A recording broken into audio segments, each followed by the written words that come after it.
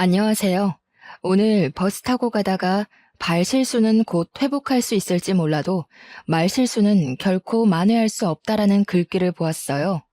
이 글귀를 보니 전 시댁 사람들이 생각나서 사연을 보내요. 말로 한 사람의 자존감을 처참히 짓밟다가 결국에는 눈물 콧물 다 쏟은 전 시댁 사람들의 이야기 한번 들어보세요. 6살 된 딸아이를 키우는 30대 여성입니다. 저는 어릴 때부터 공부에는 관심이 없고 옷에 관심이 정말 많았어요. 그래서 대학교는 과감히 포기하고 바로 옷 장사를 시작했어요. 처음에는 동대문에 새벽부터 가서 재질 좋고 디자인도 예쁜 옷을 저렴하게 떼와서 프리마켓, 좌판 등을 통해 돈을 모았어요. 그렇게 2년 정도 이리저리 다니며 장사를 하니 가게 하나를 얻을 정도의 돈이 모이더라고요. 그래서 22살 때 가게를 얻어 저만의 옷가게를 열었어요. 처음에는 장사가 잘 되지 않았지만 2번, 3번씩 찾은 손님들에게 양말이나 기본 면 티셔츠도 제공하고 친절하게 인사하니 단골들이 하나둘씩 생기더라고요. 가격도 꽤 저렴한 편이라 입소문이 조금씩 나기 시작하더니 나중에는 한 달에 순이익이 어지간한 중소기업 월급만큼 나왔어요. 그 당시 저는 1년 365일 아침 9시부터 저녁 12시까지 가게의 문을 열어놨어요. 가게에서 먹고 자고 생활하며 제가 눈 떠 있는 시간은 항상 가게의 문을 열어두었죠. 사실 친구들이 대학교에서 MT, OT 등을 가며 술 먹고 소개팅하며 청춘을 즐기는 모습이 부럽기도 했어요. 하지만 정말 친했던 초등학교 동창이 보증금이 없어 전전긍긍할 때 제가 선뜻 빌려줄 수 있을 정도로 경제적으로 여유 있는 저의 모습이 너무 대견스러워 나름 만족하며 시간을 보냈던 것 같아요. 그렇게 일에만 몰두하고 산 지 5년 정도가 흘렀어요. 저희 옷가게 옆에 원래 할아버지가 하시던 빵가게가 있었는데 어느 날 그 빵가게가 문을 닫고 신발가게가 들어오더라고요. 신발가게 오픈한 첫날 신발가게 직원으로 보이는 사람이 시루떡을 들고 왔어요. 안녕하세요.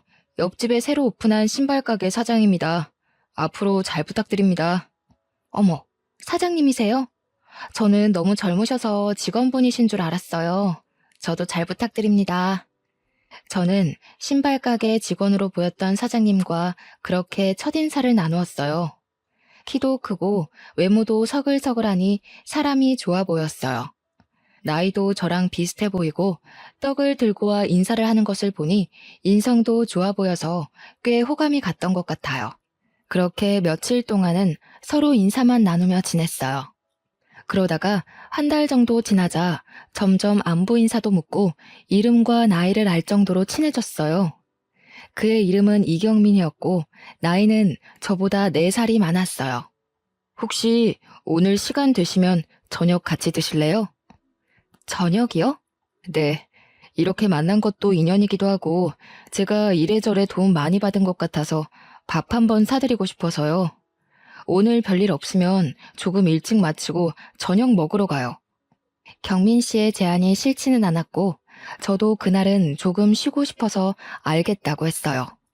가게에 들어와 저녁 시간을 기다리는데 이상하게 가슴은 두근두근 뛰고 기분은 좋고 그러더라고요. 설레는 마음을 숨기고 경민 씨와 저녁 먹으러 근처 고깃집에 갔어요. 그곳에서 경민 씨가 살아온 이야기를 듣고 저도 살아온 이야기를 하며 서로 비슷한 점도 많고 통하는 점이 많다는 것을 알게 됐어요. 그 뒤로 종종 함께 점심과 저녁을 먹으며 많은 시간을 보냈고 오빠 동생에서 연인 사이로 발전하게 되었습니다. 우리는 사귀는 동안 한 번도 싸운 적이 없었어요. 경민 씨가 너무 착해서 항상 저의 의견을 잘 들어주며 모든 것을 다 맞춰주었거든요. 본인도 장사하느라 힘들 텐데 저의 투정도 다 들어주었거든요. 그런 모습에 반해 저는 이 남자와 결혼하기로 마음먹고 각자 집으로 인사를 드리러 가게 되었어요. 먼저 우리 집에 경민 씨와 함께 가니 부모님은 평생 일만 하고 노천으로 살 줄 알았는데 이렇게 멋진 남자친구를 만나고 있었냐며 좋아하셨어요. 우리 아이 예쁘게 봐줘서 고맙다고 언제든 결혼한다 그러면 적극 환영이라고 하셨죠.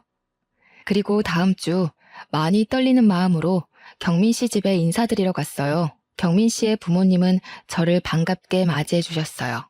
아직 결혼을 안 한 남편보다 1살 위인 형님은 조금 날카롭게 보이긴 했지만 마음은 따뜻한 사람 같았어요. 음식도 너무 맛있었고 식사 후 정리도 다 같이 하는 모습을 보며 참 화목한 집안이라는 생각이 들었어요.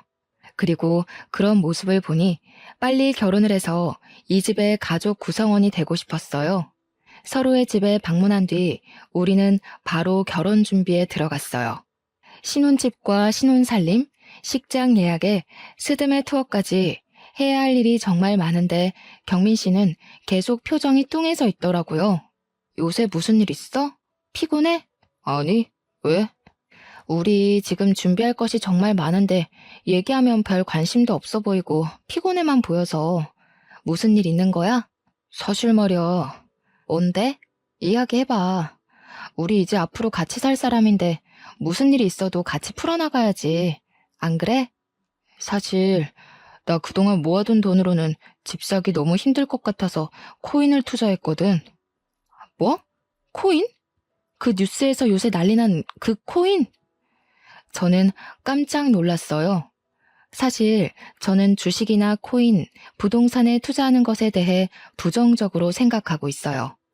건전한 투자로 재산을 불리는 일도 있다지만 사실 제 주변에서는 다들 주식이나 코인, 부동산 투자했다가 빚만 지는 경우가 더 많았거든요.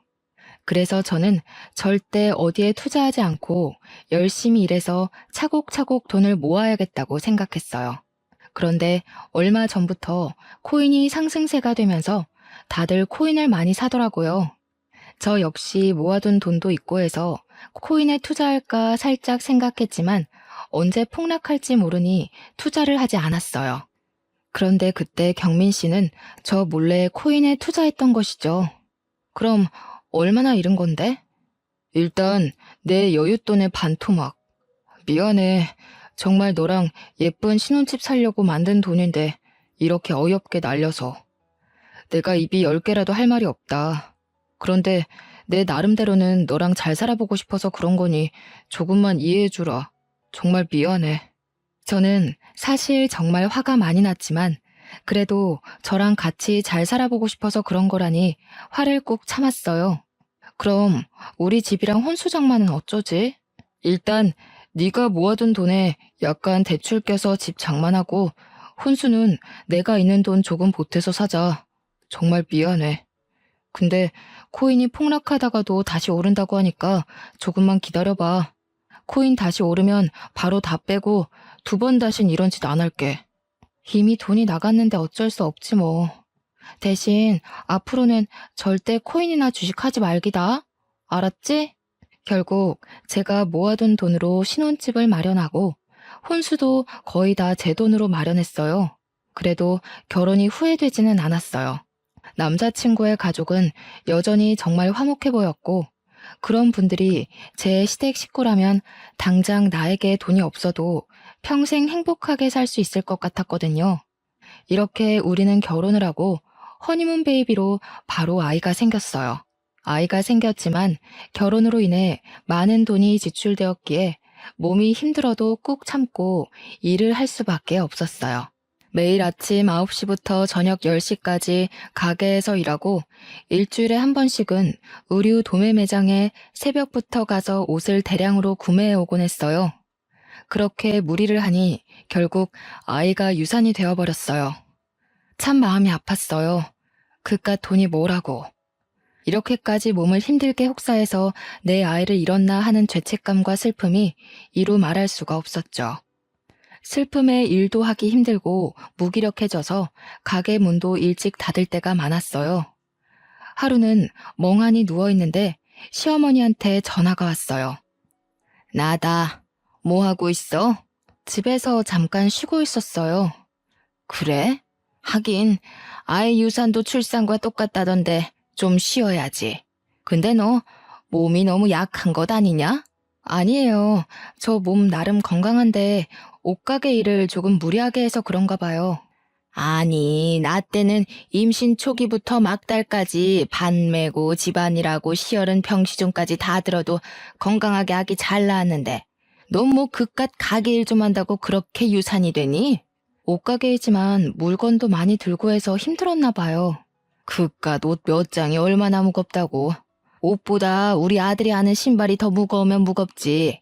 말이 되는 소리를 해라. 아무튼 쉬어라. 안 그래도 유산돼서 속상하고 마음이 아픈데 툭툭 내뱉는 시어머니의 말은 저의 가슴을 더욱 후벼 팠어요. 그래도 저만큼이나 시어머니도 손주 잃은 것이 속상하셔서 그런 거겠지 하며 서운한 감정을 꾹꾹 눌렀어요. 그 후 몸을 추스르고 한 달 정도 지나니 다시 아이가 생겼어요. 이번에 생긴 아이는 반드시 지키겠다는 생각에 아침 10시부터 7시까지 줄여서 일하고 옷도 인터넷으로 주문했어요. 두 번 다신 아이를 잃지 않기 위해 최선을 다했죠. 다행히 유산에 위험이 있는 임신 초기를 무사히 넘기고 임신 16주가 되었어요. 아이는 무사히 지켜냈지만 한 가지 힘든 점이 있었어요. 바로 입덧이 너무 심했어요.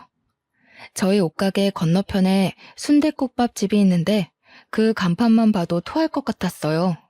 매일 변기통을 붙잡고 눈물을 흘리며 구역질을 했어요. 우유만 조금 넘길 수 있었죠. 하루는 가게에서 기운 없어서 앉아있는데 시어머니가 오셨어요.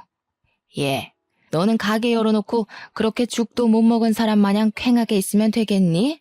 사람들이 오다가도 가겠다. 입덧이 너무 심해서요. 지금 우유만 먹고 지내거든요. 참, 너는 유별이다. 나는 애 둘을 낳았는데 입덧 한 번 없었는데 넌 도대체 그깟 임신 한 번 했다고 그렇게 난리니? 제가 냉장고 문만 열어도 구역질을 해서 집에서 뭘 먹지를 못하네요.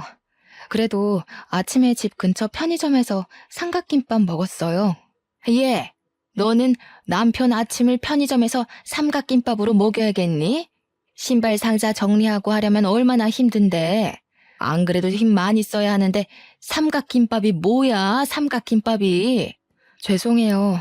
그런데 저도 몸 상태가 요새 이래서 못 챙겨줬네요. 앞으로는 잘 챙길게요. 안 되겠다. 얼른 집에 가서 우리 경민이가 좋아하는 생선 좀 사다 구워 먹여야겠다. 넌 어차피 못 먹지? 우리 경민이는 우리 집에 밥 먹으러 오라고 할 테니 넌 쉬어라. 시어머니는 우유만 먹으며 겨우 버티는 제 걱정은 하나도 하지 않으시고 남편의 밥 걱정만 실컷 하다가 나가셨어요. 그날 밤 시댁에 다녀온 남편의 몸에서 나는 생선구이 냄새가 너무 역하게 느껴졌어요. 남편이 샤워하고 입었던 옷을 다 세탁기에 돌려도 도무지 속이 진정되지 않더라고요. 결국 저는 밤새 화장실에서 변기통을 붙잡고 구역질을 하느라 잠을 한숨도 못 잤답니다. 지독한 입덧은 막달까지 계속되었어요. 그래도 뱃속의 아기는 쑥쑥 잘 자라 무사히 출산했어요. 시부모님도 손주, 그것도 아들이 태어났다고 좋아하셨어요. 아이의 이름은 시부모님의 뜻대로 준혁이라고 짓고 조리원에서 집으로 돌아왔어요. 우리는 준혁이 100일 정도까지 옷가게 문을 닫고 제가 직접 돌보기로 했어요. 아직 목도 가누지 못하는 갓난아기를 어린이집에 보내기도 좀 그렇고 친정은 부모님 두 분 다 일을 하셔서 바쁘시고 시댁은 시어머니께서 집에 계시지만 1시간 정도 되는 거리라서 매일 준혁이를 데리고 왔다 갔다 하기에는 조금 무리가 있었거든요. 그렇게 집에서 준혁이와 시간을 보낸 지 1달 정도 지났을 때였어요. 이제 슬슬 여보 가게도 문 열어야 하지 않아? 언제까지 문 닫고 있을 수는 없잖아. 그렇긴 하지. 근데 준혁이를 어린이집에 맡길 수도 없고 어디 마땅히 맡길 만한 곳도 없는데 어쩌지? 그래서 말인데 우리 부모님이 지금 사시는 집을 전세로 내놓고 큰 집으로 이사하실 생각이신 것 같던데 이참에 우리 집 근처로 이사 오셔서 준혁이를 봐주시는 건 어떨까? 뭐 같이 살자는 것도 아니고 준혁이를 봐주시면 나야 감사하지. 솔직히 나도 이제 가게에 나가긴 해야 하는데 준혁이 맡길 만한 곳도 없고 걱정되긴 했거든. 그치? 아무래도 잘 모르는 어린이집에 맡기는 것보다는 우리 엄마한테 준혁이를 맡기는 편이 더 낫잖아. 맞아. 근데 우리 집 근처에 시아버지, 시어머니, 형님까지 다 사실 수 있는 넓은 평수가 있어. 마침 건너편 아파트에 평수 넓은 집이 급매로 나왔더라고. 그럼 엄마한테 전화해서 거기로 알아보라고 해야겠다. 남편은 곧장 시어머니께 전화를 걸어 급매로 나온 아파트를 알려주었고, 다음 달 시부모님과 형님은 우리 집 건너편 아파트로 이사를 오셨어요. 일주일 뒤 준혁이를 맡기고 저도 오랜만에 옷가게 문을 열었어요. 거의 석 달 가까이 가게 문을 열지 못했더니 가게 구석구석 먼지가 뽀얗게 쌓여 있었어요. 당장 내일부터 장사를 시작하기 위해 청소를 하고 가게를 정리했어요. 금방 끝날 수 있을 줄 알았지만 너무 오랜만에 가게 문을 열어서인지 청소하고 정리해야 할 것이 산더미였어요. 쉬지 않고 온종일 움직였지만 오후 5시가 되도록 정리가 아직도 덜 되어 있었어요. 이걸 언제 다 하나 싶어 한숨을 푹푹 쉬고 있는데 시어머니한테 전화가 왔어요. 어미야, 오늘 언제 마치냐? 너무 오랜만에 가게 문을 열어서 정리할 것이 많아요. 조금 늦을 것 같은데요. 그냥 적당히 하고 빨리 와라. 준혁이는 왜 이렇게 울어댄다니? 준혁이가 많이 울었어요? 아무래도 집이 낯설어서 그런가 봐요. 우리 경민이는 아기 때 모유 먹이고 기저귀만 갈아주면 한 번도 울지를 않았는데 얘는 도대체 누굴 닮아서 이렇게 빽빽 울어대는지. 아무튼 빨리 들어와라. 경민이는 걱정하니까 말하지 말고. 시어머니와의 전화를 마치고 종일 울었다는 준혁이가 걱정돼 도무지 일이 손에 잡히지 않았어요. 저는 대충 일을 마무리하고 바로 옆 남편 가게로 넘어갔어요. 준혁이가 많이 운다고 전화가 와서 오늘은 일찍 먼저 들어가 봐야 할 것 같다고 말한 뒤 바로 시댁으로 향했어요. 시댁에 가니 준혁이는 잠들어 있었어요. 준혁이 얘는 널 닮아서 그런가? 정말 유별나게 울더라. 어찌나 시끄럽던지. 많이 힘드셨죠. 아기 보는 게 쉬운 일이 아닌데. 알긴 아는구나. 아, 그리고 내가 경민이한테 말하지 말랬는데 그새 왜 말했니? 경민 씨가 준혁이 아빠인데 알고 있어야죠. 가게가 바로 옆이라서 제가 문 닫고 가는 거 뻔히 다 아는데 굳이 둘러댈 이유도 없잖아요. 그래도 밖에서 일하는데 걱정되게 왜 그런 얘기를 하니? 너는 참 생각도 없다. 그냥 너 몸 힘들어서 오늘 빨리 문 닫는다고 말하고 오면 되지. 다음부터 이런 일 있으면 경민이한테는 말하지 말고 와. 알겠니? 솔직히 남편만 혼자 일하는 것도 아니고 저도 같이 일하고 준혁이가 저만의 아이도 아닌데 아이가 운 사실조차 숨겨야 하나 하는 생각이 들었어요. 그래도 일단 우리 준혁이를 돌봐주셔야 제가 가게에 나갈 수 있으니 굳이 시어머니의 기분을 상하게 할 필요는 없겠다 싶어 그냥 알겠다고 하고 넘어갔어요. 그 뒤로도 가게에서 조금만 늦게 퇴근하면 시어머니는 전화로 빨리 오라고 성화하셨어요.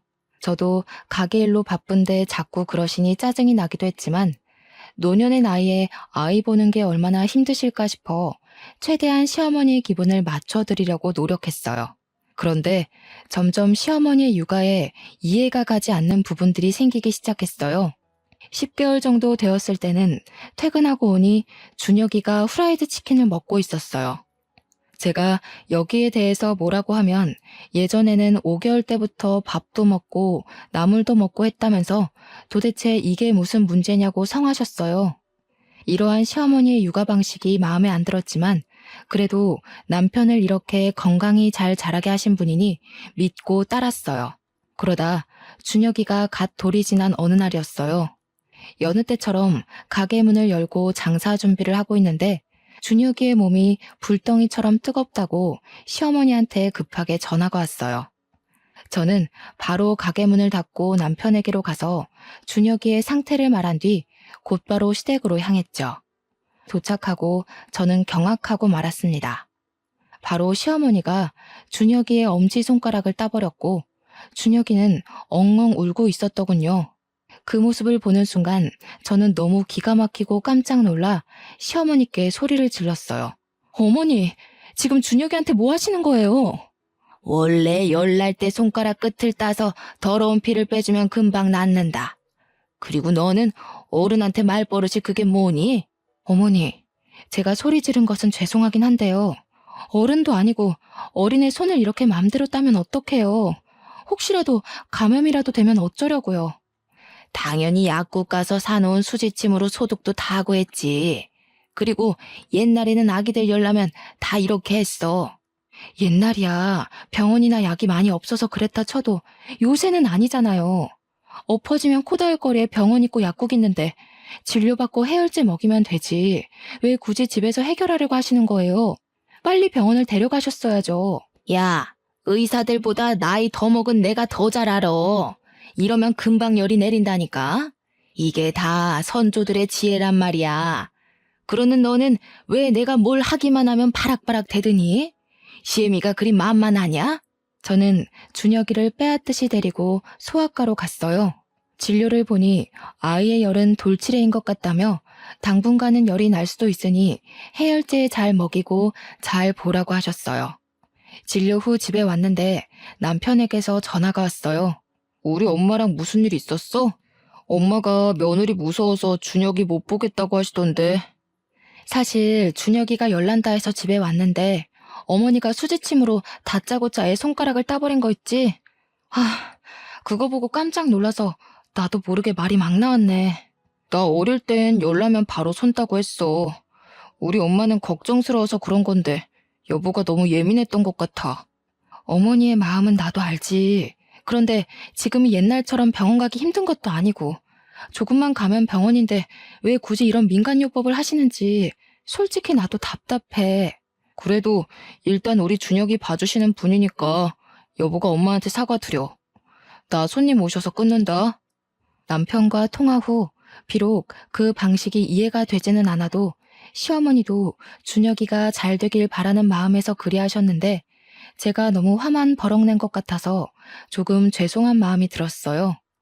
시어머니께 전화를 걸어 아까 화를 내서 죄송했다고 이제는 이렇게 버릇없이 이야기하지 않겠다고 사죄를 드렸어요. 사실 시어머니의 행동은 계속 이해가 되지 않았지만 그래도 어찌 됐든 우리 준혁이를 돌봐주시는 분이고 시어머니가 계셔서 제가 가게에 나갈 수 있기에 시어머니의 육아 방식에 따르고 존중해 드리기로 했어요. 그렇게 1년이 지났어요.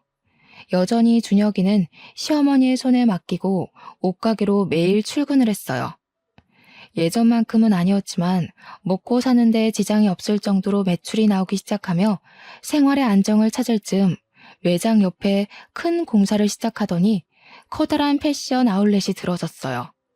그곳은 옷의 종류가 다양하고 저렴해서 사람들이 많이 몰렸어요. 제가 봐도 옷을 사려면 소규모 가게인 제 가게보다는 패션 아울렛으로 갈 것 같더라고요. 점점 손님들은 줄고 급기야 하루 매출 0원을 찍는 날도 종종 생겼어요. 점점 손님은 줄고 팔지 못한 옷들이 쌓여가기 시작했어요. 매출이 없다고 해도 꾸준히 가게 월세나 전기세 등의 유지비는 들기에 급기야 마이너스가 되었어요. 가게 문을 닫아야 할 지경에 이르렀지만 그래도 20대의 청춘을 바친 작은 가게를 폐업하기는 싫어 꾸역꾸역 운영하다가 결국 큰 빚을 떠안게 되었어요. 어쩔 수 없이 가게 문을 닫았는데 이미 생긴 큰 빚은 도무지 제 선에서는 해결하기 힘들 것 같아 남편에게 여윳돈 좀 받아서 해결할 마음으로 이야기를 나눴어요. 여보, 미안한데 혹시 여윳돈 좀 있어? 왜? 사실 지금 가게에 빚이 너무 많아서 너무 힘들어. 혹시 여윳돈 있으면 조금 나 좀 빌려주면 안 될까? 그동안 신발 가게 하면서 모아둔 돈 있잖아. 사실 지금 돈이 없어. 왜? 신발 가게는 장사 꽤 잘 됐잖아. 몰라 아무튼 없어. 진짜 한 푼도 없어. 그동안 제가 옷가게에서 번 돈으로 생활했고 남편은 신발 가게에서 번 돈을 모아 나중에 급한 일이 있을 때 쓰자고 했었거든요. 그런데 생활비 한 푼 주지 않았으면서 돈이 한 푼도 없다는 게 조금 이상했어요.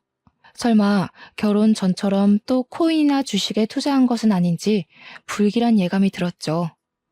그래서 남편이 씻고 있을 때 몰래 핸드폰을 확인해 보니 아니나 다를까 코인에 또 거액의 투자를 한 것이 아니겠어요. 역시 예전처럼 투자한 금액이 반토막이 나 있는 상태였어요. 여보, 이게 뭐야? 또 코인에 투자한 거야? 옷가게 적자라서 돈 좀 굴려볼까 해서 그랬다. 아니, 결혼 전에도 그렇게 잃어놓고 또 코인에 돈을 넣어버리면 어떡해. 또 돈 잃었잖아. 지금 옷가게 빚만 갚아주면 되지? 내가 어떻게든 해결할게. 그리고 코인으로 반토막 난 것도 반드시 원상복구할 거야. 그니까 성질 좀 내지 마.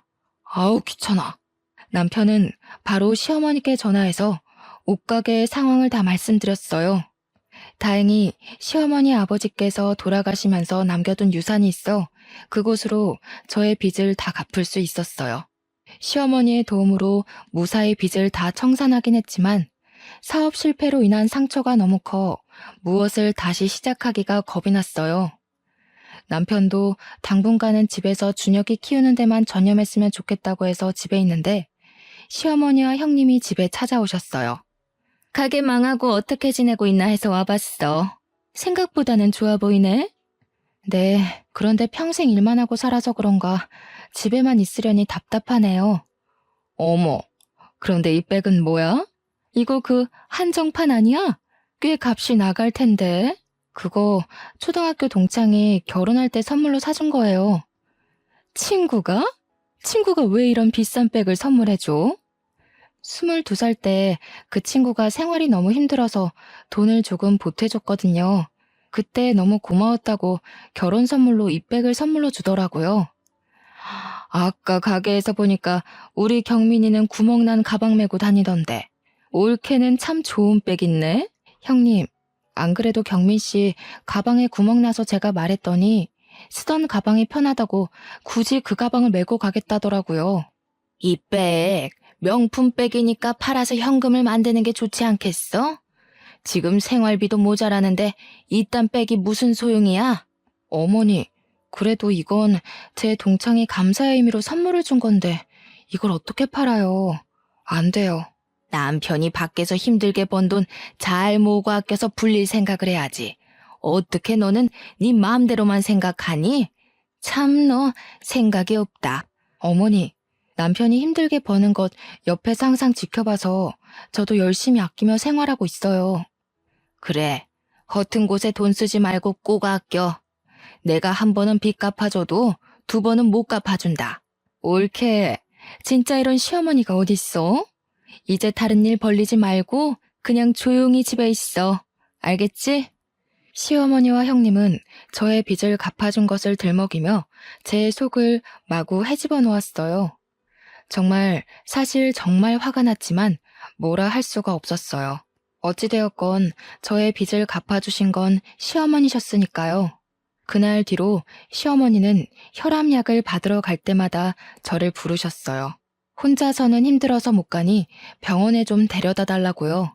병원에서 오는 길에는 제 옷가게가 망해서 우리 아들이 빚더미에 앉았던 거 생각하니 속이 상해서 고혈압이 온 것 같다며 시어머니의 병이 꼭 다 제 탓인 것처럼 말씀하셨어요. 전 억울한 면이 있기는 했지만 그래도 시어머니의 돈으로 빚을 해결했기에 뭐라 딱히 반박할 말이 없었어요. 유난히도 더웠던 지난 여름에는 집에 있는데 시어머니께서 집으로 오라고 전화가 왔어요. 준혁이를 데리고 시댁에 가니 오늘 시어머니 지인들과 친목 모임을 집에서 하는데 마침 복날이니 삼계탕 만드는 것을 도와달라고 하시는 것이 아니겠어요? 부엌에 가보니 닭과 재료만 사다 놓고 손질이 하나도 되어 있지 않더라고요. 저는 그 무더위에 땀 뻘뻘 흘리며 혼자 삼계탕 10인분을 만들고 집에 왔어요. 퇴근한 남편한테 오늘 이런 일이 있었다고 말하니 너는 집에 있는데 엄마 친구들에게 삼계탕 하나 끓이는 게 뭐가 힘드냐며 오히려 타박이더라고요. 이럴 때 빈말이라도 이렇게 더운데 고생했다고 말해주면 얼마나 좋을까 싶어 섭섭한 마음에 눈물만 흘리다가 잠이 들었어요. 다음날 밤새 잠을 설치다가 늦잠을 자고 있는데 아침부터 시어머니한테 전화가 오더라고요. 어제 삼계탕 먹고 설거지거리가 잔뜩 쌓여있는데 허리가 아프시다며 와서 설거지 좀 해달라고요. 전날 울어서 그런지 머리가 깨질 듯이 아파서 죄송하지만 오늘 머리가 아파서 못 가겠다고 했더니 젊은 애가 무슨 맨날 아프냐며 내가 너 빚만 안 갚아줬어도 그냥 좋은 데 가서 맛있는 음식 대접했을 텐데 너 빚 갚느라 어제 집에서 허접스러운 음식 대접했다면서 막 쏘아붙이시는 거예요. 저는 또 바보같이 시어머니의 그런 모진 말들을 다 듣고도 아무 말도 할 수가 없었네요. 어찌되었건 시어머니의 돈으로 급한 빚을 해결했으니까요. 그 뒤로도 시어머니의 부르심은 거의 매일같이 계속되었어요. 사소한 집안일부터 잡다한 심부름까지 거의 모든 일을 다 저에게 시키셨어요. 그리고 일이 맞춰질 때쯤이면 내가 너의 빚을 갚아줘서 돈이 없다는 식으로 말씀하시며 안 그래도 사업 실패를 얻은 상처에 모진말이라는 소금을 팍팍 뿌리셔서 제 속은 만신창이가 되었어요. 남편을 붙잡고 울고 몇 번이나 이야기해 보았지만 남편은 항상 시어머니 편이었어요. 그래도 우리 엄마가 빚을 다 갚아주지 않았느냐며 제가 정말 미웠으면 선뜻 돈을 주시지도 않았을 것이라고 하나뿐인 며느리가 잘 풀리지 않는 모습이 답답해서 그러는 것이라는 말도 안 되는 얘기만 앵무새처럼 반복했어요. 이런 이야기 친정에 말하기도 부끄럽고 지인에게 말하기도 제 얼굴에 침 뱉기인 꼴이라 그냥 준혁이 하나 보고 화가 치밀어 오르는 것도 꾹 참고 살아왔어요. 그러다가 명절이 되었어요. 저희 친정엄마는 명절을 맞이하여 시댁에 가는 저에게 화장품 3세트를 건네시며 시부모님과 형님에게 드리라고 하셨어요. 나름 금가루도 들어가고 꽤 비싸 보이는 제품이었죠. 어머니, 아버지, 형님, 저희 엄마가 명절이라고 화장품 준비했어요. 보내주신 것이니 잘 쓰긴 하겠다만 솔직히 화장품 난 별로던데. 이거 딱 봐도 싸구려네. 아니, 피부 트러블이라도 나면 어쩌려고 이런 화장품을 보내셨대? 나도 화장품 잘 안 쓰는데 이거 사돈한테 미안해서 어쩌나. 참 쓸데없는데 돈 쓰는 것은 엄마나 딸이나 똑같네. 화장품 버리기도 힘든데 왜 이런 걸 사셨대? 그러게나 말이다. 딸은 사업 망해서 내 돈으로 빚 갚아. 엄마는 쓸데없는데 돈 써. 너희 친정은 참 돈 관리를 못하는구나. 에이, 다들 그래도 너무하네. 장모님이 생각해서 보내신 건데 그래도 한번 써봐. 금가루도 들어가고 좋아 보이네 뭐. 어찌 됐건 보냈으니 잘 쓰긴 하마. 옆집은 사돈이 한우를 보냈다던데 우리도 그런 거나 보내지 쓸데없는 화장품은 무슨. 엄마가 고심해서 고른 선물을 보시며 다들 좋지 않은 소리를 하시니 기분이 상했지만 명절이기도 하고 시어머니의 돈으로 빚을 갚은 것이 틀린 말도 아니니 뭐라 할 수가 없었어요. 예, 이번 명절에는 우리 음식을 만들어서 먹자. 그래도 명색이 명절인데 음식을 해야 하지 않겠니? 원래 저희 시댁은 명절 때 제사가 없고 그냥 우리끼리 서로 좋아하는 것을 시켜 먹었어요. 괜히 요리하며 일 벌리면 누군가는 분명 힘들어져서 명절이 싫어진다고요. 그런데 갑자기 저에게 올해는 음식을 장만하자는 것이에요. 엄마, 무슨 음식을 장만해? 우리 원래 매년 시켜 먹었잖아. 너는 맨날 일하니까 쉬고 나랑 네 마누라가 요리하면 돼. 가만히 있자. 시아버지는 김치전 좋아하고 우리 딸은 육전을 좋아하고 우리 아들은 배추전을 좋아하니까 이 3개 다 해서 먹자. 무슨 부침개를 3개나 만들어. 그냥 하나만 만들어. 나 배추전 안 먹어도 돼. 나 옛날에는 부침개 10종류나 만들고 그랬어. 3종류는 뭐 일도 아니지. 너 설마 네 마누라 고생할까봐 그러는 거냐? 내가 네 마누라 빚도 다 갚아줬는데 이 정도도 못 시켜? 옳게. 설마 이번 명절 때 음식 장만시킨다고 속으로 우리 욕하는 거 아니지? 아니에요. 다 같이 먹을 음식 장만하면 좋죠 뭐. 남들이 먹는 것도 아니고 가족들이 먹는 것인데요. 그치? 내 친구들은 명절 일주일 전부터 불려가서 같이 장 보고 한다더라. 우리 엄마는 그런 건 없잖아. 올케는 정말 행복한 줄 알아. 처음에는 다 같이 모여 음식을 준비했는데 막상 부침개를 부칠 때가 되니 하나둘 이리저리 핑계를 대며 빠지더라고요. 결국에는 저 혼자 부침개를 부치게 되었어요. 허리를 펴지도 못하며 부침개를 부치는데 엄마한테 전화가 왔어요. 부엌에서 밖이 뭔가 조금 그래서 핸드폰을 들고 작은 방으로 들어갔어요. 시댁은 잘 도착했니? 화장품은 드렸고? 다들 고마워하셔. 지금 전 부치는 중이야. 매년 음식 안 한다더니 올해는 음식장만 하나 보네.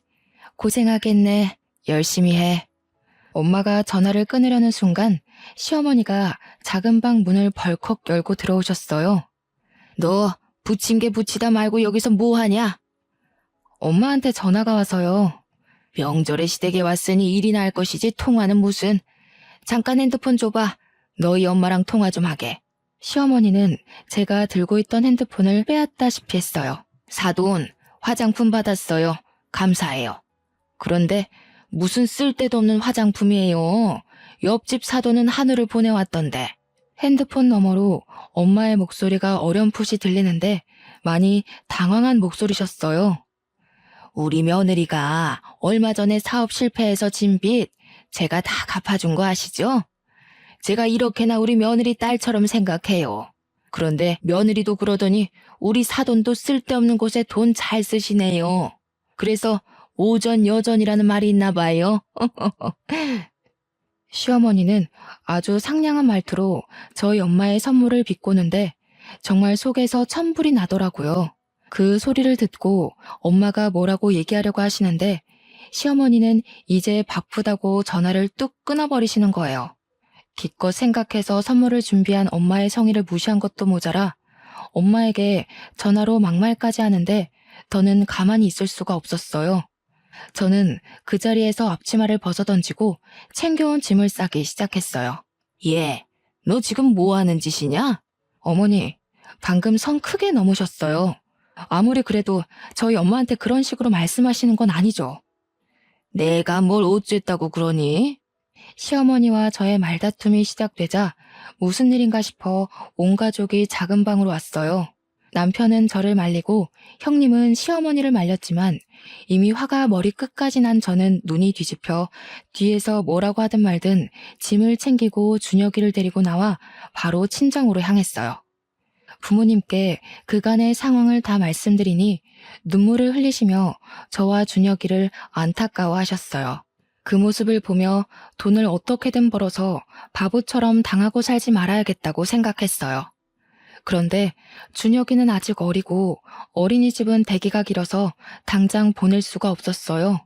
무엇을 하며 돈을 벌 수 있을까 고민하다가 예전에 우연히 유튜브에서 인터넷 쇼핑몰로 크게 성공한 사람의 사연이 생각났어요. 옷가게가 망하면서 팔지 못한 옷들도 있고 오랜 시간 옷가게를 하며 원단 좋은 옷들만 취급하는 정직한 거래처도 많이 알고 있으니 할 수 있을 것 같더라고요. 명절이 끝나고 집에 오자마자 인터넷으로 자료를 찾으며 인터넷 쇼핑몰을 오픈하고 집 근처에 생긴 저렴한 오피스텔을 얻었어요. 그곳에서 재고로 쌓인 옷들을 하나씩 촬영해서 쇼핑몰에 등록하고 제품이 팔리기를 기대했죠. 원래 옷가게 단골이었던 손님들에게 쇼핑몰도 알려주고 여기저기 인터넷 카페에서 광고도 했더니 슬슬 매출이 오르기 시작했어요. 인터넷 쇼핑몰은 가게를 했을 때보다 운영비가 훨씬 적게 들어서 같은 제품을 팔아도 순이익이 더 많이 남았어요. 또 무엇보다 오피스텔에서 저 혼자 준혁이를 보며 편하게 일을 할 수가 있어서 좋았어요. 남편은 집에서 애나 보지 또 무슨 인터넷 쇼핑몰을 하냐며 뭐라 하였지만 시어머니의 말도 안 되는 폭언에 하나도 도움이 되지 않는 남편의 모습을 보며 이미 정이 떨어져 뭐라고 하든 말든 저는 준혁이를 데리고 매일 오피스텔로 가서 일도 하고 아이를 키웠어요. 그 결과 몇 개월 만에 아이와 제가 충분히 먹고 살 만큼의 돈을 벌게 되었어요. 인터넷 쇼핑몰로 대박을 치던 중 형님의 결혼 소식이 들렸어요. 남편은 쇼핑몰이 잘 되고 있다는 사실을 알고 축의금을 넉넉히 하자고 하더군요. 저는 이전에 시어머니한테 진 빚만큼의 액수를 형님의 계좌에 이체하고 시댁으로 당당히 갔어요. 아이고, 우리 며느님 오셨어요. 그동안 돈 버느라 정말 고생 많았다. 역시 우리 며느님은 야무져서 무슨 일이든지 잘할 줄 알았다니까. 옳게. 무슨 축의금을 이렇게나 많이 보냈어. 어쨌든 정말 고마워. 그래, 인터넷 쇼핑몰이 그렇게 바쁘다면서? 네, 가게와 다르게 운영비가 적게 들어서 마진이 많이 남네요. 어떻게 그렇게 인터넷으로 할 생각을 했어? 역시 젊은 사람들은 참 대단해. 아니지, 우리 며느님이 대단하신 거야. 빚지고 돈 없을 때는 그렇게 너의 빚을 내가 다 갚았다며 생색내던 시어머니가 제가 돈을 많이 벌게 되자 며느님 하며 얘기하시는데 정말 앞과 뒤가 다른 모습에 기가 차더라고요. 그래도 족쇄같이 묶여있던 시어머니의 빚을 드디어 갚고 나니 속이 다 후련했어요. 형님의 결혼식 후 일주일 정도 지나고 신혼여행을 다녀온 형님이 저에게 가방을 선물해 주셨어요. 형님이 건넨 가방을 보니 예전 명절 때 엄마가 화장품을 선물했을 때 온갖 말로 모욕을 준 것이 생각났어요. 순간 저는 형님과 시어머니께 똑같이 해야겠다고 생각했어요. 어차피 제가 금전적으로 어느 정도 안정되면 이렇게 앞과 뒤가 다르고 힘들 때 말로 자존감을 내리깎아버리는 이딴 집구석과 언젠가는 헤어져야겠다고 다짐했거든요. 그때가 지금이다 싶었어요. 형님, 저 생각해서 가방을 사오신 것은 너무 감사한데요. 어디서 이런 촌티 풀풀 내는 가방을 사오셨어요? 뭐라고? 내가 잘못 들었나? 촌티라고? 네, 잘 들으셨네요. 촌티요. 색감이며 재질이며 뭐 하나 빠질 것이 없이 촌티가 풀풀 나요. 쪽팔려서 이런 거 어떻게 들고 다녀요? 분리수거함에 넣어야겠네. 얘야, 그래도 너 생각해서 가방 사왔는데 이건 아니지 않니? 그래, 누나가 여보 생각해서 가방 사왔는데 날 생각해서 사왔으면 좋은 걸 사왔어야지. 시어머니, 형님, 남편 다들 나 생각하는 척하면서 은근히 비꼬더라. 얘야, 무슨 말을 그리 섭섭하게 하니? 내가 너 미워했으면 너 빚 갚아줬겠어? 그놈의 빚. 그래서 형님 결혼식 때 그 빚 다 갚았잖아요. 그리고 말 나와서 말인데 그 빚 갚아줬다고 그렇게 요새 떨고 친정엄마한테도 안 좋은 소리 하고 어떻게 그래요? 내가 언제 안 좋은 소리를 했다고 그러니? 저번 명절 때 엄마가 선물로 드린 화장품 쓸데없다며 대놓고 뭐라고 하셨잖아요. 어머머, 내가 언제 그랬다고 그러니? 시어머니는 그때 있었던 일들을 딱 잡아떼시며 아니라고 부인했어요. 저와 시어머니가 서로 큰 소리로 싸우고 있을 때 남편은 이러지도 저러지도 못하고 가운데에 서서 저와 시어머니 눈치만 보고 있더라고요. 더는 이런 인성을 가진 집안 사람들과 어울리며 준혁이를 키우지 못하겠다고 생각했어요. 그래서 저는 그 자리에서 이혼하겠다고 선언했고 결국 우리는 이혼을 하게 되었어요. 물론 양육권은 제가 가지고요. 그 뒤로 저의 인터넷 쇼핑몰은 어른 옷뿐 아니라 아이 옷도 같이 팔면서 더 키웠어요. 다행히 아주 잘 돼서 매출이 2배나 오르며 이전보다 훨씬 더 여유 있는 삶을 살고 있어요. 이렇게 제가 승승장구할 동안 전 남편은 신발 가게가 망해서 빚더미에 앉았고 전 형님은 제가 준 축의금으로 주식 투자했다가 상장 폐지돼서 다 잃었다더라고요. 얼마 전에는 다들 제 앞에 와서 다시 합치자고 그동안 막말하고 모른 척해서 미안하다고 무릎 꿇고 싹싹 빌더라고요.